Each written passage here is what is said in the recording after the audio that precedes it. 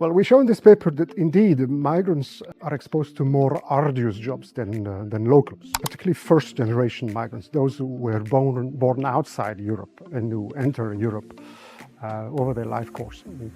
There are several factors that may explain that. First of all, if you're a non-EU migrant, you're facing several barriers to entering the labor market in Europe.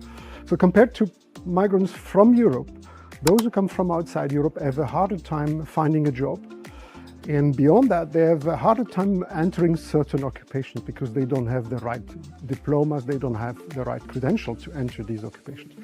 So that's one first factor. Another factor that may explain why these non-EU migrants have to accept more arduous jobs is that their degrees and their skills are not recognized or not easily recognized by local employers.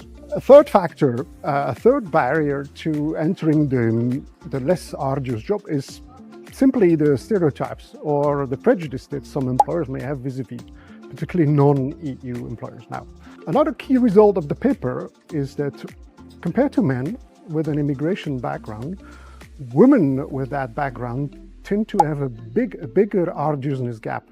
So their handicap in terms of arduousness is larger than for men. And to make a long story short, the reason seems to be that women who migrate tend to be followers. They follow their husband and they tend to accept lower skill jobs and jobs that turned out to be more arduous. So the third result that we show in the paper is that the wealth of the country of destination, the GDP per head of the country of destination, seems to translate into a bigger gap for particularly non-EU migrants again. So the explanation there seems to be that with the rise of wealth, and migrants tend to come from countries where wealth is much lower, with the rise of wealth, you tend to refuse to do more arduous jobs. So that explains why natives tend to be less present in more arduous jobs in richer countries like Norway, for example.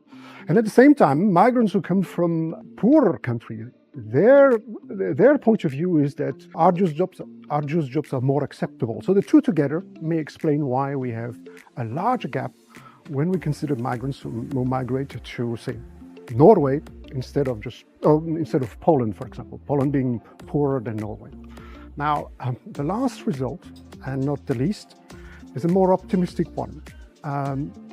Because what we show in the paper is that over time, migrants, including non-EU migrants, tend to move into jobs that are less arduous, so their gap disappears over time.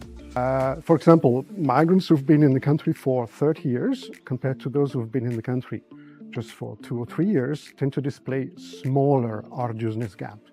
So that's the first indication that these gaps tend to disappear. Now, the most dramatic result of the paper is that if we consider second-generation migrants, those who were born in the country of destination, and by definition have spent more time in the country, these display no gap at all. So for them, the arduousness gap disappears completely.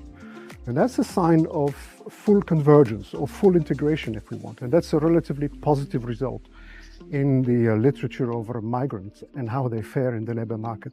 So in terms of policy, we have basically two sets of results here.